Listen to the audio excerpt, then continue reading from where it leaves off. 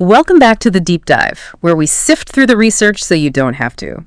And today, we're tackling a piece of legislation hot off the presses, really, H.R. 9747. Oh, fresh from the halls of Congress. Sounds like it's got to be important. You know it. This is the Continuing Appropriations and Extensions Act 2025, and we've got all the documents, summaries, amendments, even some interesting snippets from, get this, the congressional record itself. Ooh, the congressional record. Yeah. That's where the real action is, the behind-the-scenes stuff. Exactly. We're talking about how the government keeps the lights on, but trust me, this is way more interesting than it sounds. We're going to figure out not just what this bill does, but what it tells us about, the bigger picture. I'm game. So where do we even begin? Well, this bill was signed into law on September 26, 2024. Which is interesting because, well, it went through Congress crazy fast. No getting stuck in committees or anything, just boom, enacted. Especially with the strong majority it got in the House, definitely makes you wonder what the rush was. Right. Now, our bill here, it was sponsored by Representative Tom Cole, Republican from Oklahoma. Maybe that gives us some clues about, I don't know, where the money's going. Oh, absolutely. Knowing the sponsor is huge. It's like a crash course in their priorities, like having a little roadmap. Okay, so continuing appropriations. Honestly, before this deep dive, I thought that was just about keeping the government running, no shutdowns. Well, you're not wrong. That is the main thing, making sure things run smoothly, no interruptions in service.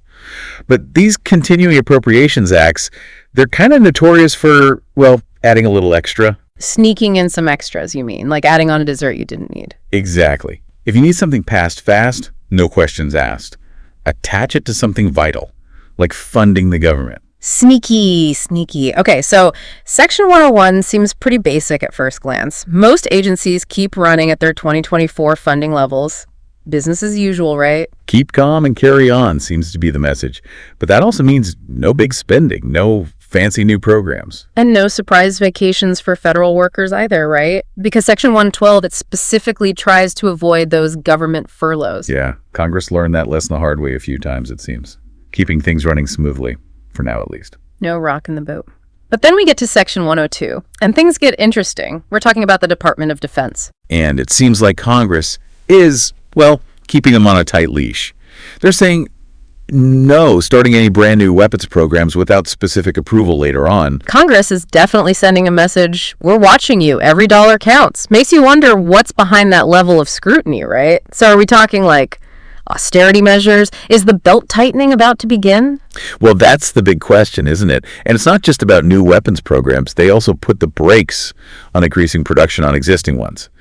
Anything beyond that 2024 budget is a no-go for now. It's definitely a hold steady kind of vibe when it comes to defense. Interesting. Okay, so cautious there. But then Section 109 pops up, and it seems like they're loosening the reins a little, at least for some agencies. They can move some money around internally if they need to. Right, it's like a little game of budget Tetris. Congress is saying, we trust you to manage things, keep those services running, but don't get too comfy. We're watching you. Okay, speaking of watchful eyes, this is where things get really interesting.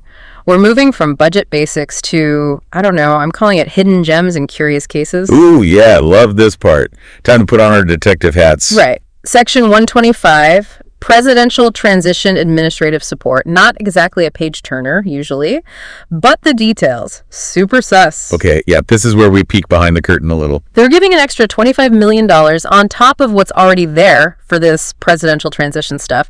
And get this, the money has to be ready until September 2025. That's like a year after the inauguration. Wow, yeah, that's not standard procedure.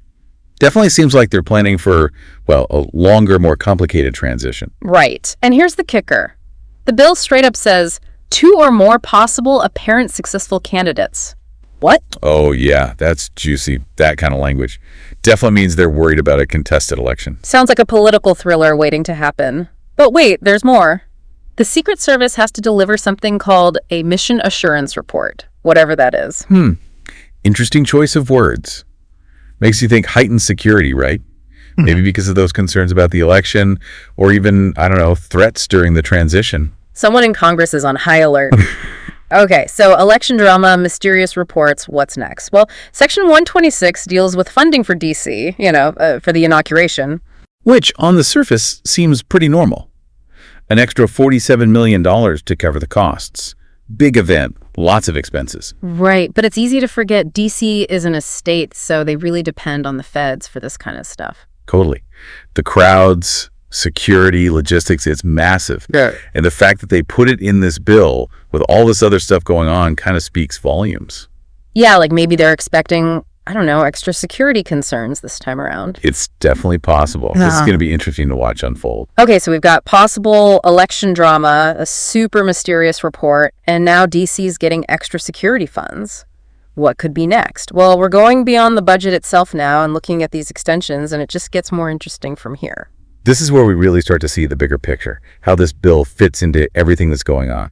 Exactly. Like Section 101 extends this thing called protection of certain facilities and assets from unmanned aircraft. Sounds kind of intense when you say it like that. It is. It's a sign of the times, though. They're extending these protections, which tells you there are some serious concerns about drone security, especially around, important places. Yeah. Government buildings, infrastructure, that sort of thing. Yeah, drones are everywhere these days. Yeah. Can't be too careful. Then there's Section 105, which is all about fighting fraud in the EBT benefit system, the electronic system people use for food stamps, things like that. And it's not just general fraud prevention. They specifically call out card skimming, where people steal benefits. It shows they're really focused on making sure the assistance goes to the people who need it. No kidding. Like, we're extending these programs, but we're serious about protecting them. Okay, then we have Section 104, which is about the Chesapeake and Ohio Canal National Historical Park Commission.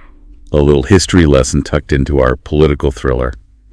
Might seem random, but it shows this trend of supporting national parks and historical sites, preserving our heritage, all that. I'm here for it. A little something for everyone. Okay, one more section, and this one really got my attention. Section 136, they're giving $231 million to, you guessed it, the Secret Service for the 2024 presidential campaign. That's a lot of money, even for protecting candidates during an election. Right, and this is where it gets really wild. They specifically name drop a House of Representatives task force on the attempted assassination of Donald J. Trump. Wow, okay, that is not something you see every day in a funding bill. Very specific. You think so? It makes you wonder if there's something still going on, investigations maybe, about security concerns from the past. Absolutely. And the fact that it's right there in the bill definitely means those concerns are influencing how they're spending this money.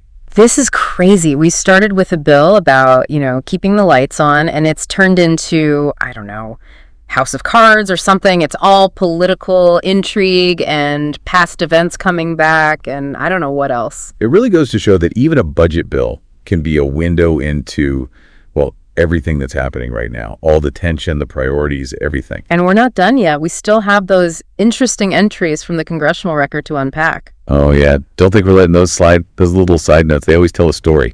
Okay, so we've been on this wild goose chase through HR 9747, right? Secret Service, elections, the whole 9 yards. It's like a political thriller, I'm telling you. Total cliffhanger. But then, in the middle of all that, we found these congressional record entries, like those little details in a movie that make you go, You know what they say truth is in the details? Right. So tucked away in there, mentions of Latina Equal Pay Day and a resolution supporting veterans. It's interesting, right? Like two really important topics that on the surface don't seem to have much to do with funding the government. Exactly. So it turns out October 3rd, 2024 was Latina Equal Pay Day. It's about raising awareness for the wage gap that Latino women still face. And the fact that it's right there in the congressional record, alongside everything we just talked about with HR 9747, it kind of tells you lawmakers are thinking about this stuff even with everything else going on. It's like a reminder, right? Yeah. This bill is about a lot more than just money. For sure. And then there's the resolution supporting veterans. Specifically, it's about the 125th anniversary of the Veterans of Foreign Wars coming up. That's a big one. It is. And even though these resolutions don't actually have the force of law, they still tell you something, right, about what matters to the people making these decisions. Yeah, it's like they're saying, hey, we see you, we hear you, even while they're hammering out these massive bills. Absolutely. It's about representing people, different communities, different needs. That's what it all comes down to. So, okay, what have we learned today? We started with a bill about keeping the government funded. Simple, right? And somehow we ended up in the middle of a political thriller with secret reports and security threats and who knows what else. And that's the thing about these bills. They're never just about the money. It's about the decisions, Yeah. the compromise, the things that matter to people. Exactly. Well, that was a wild ride. We went from 0 to 60, I'm telling you. I told you, it's like a political thriller. You weren't kidding. But that's why we love the deep dive, right? Never know where we'll end up. So until next time, keep your eyes peeled, keep asking those questions, and we'll see you on the next one.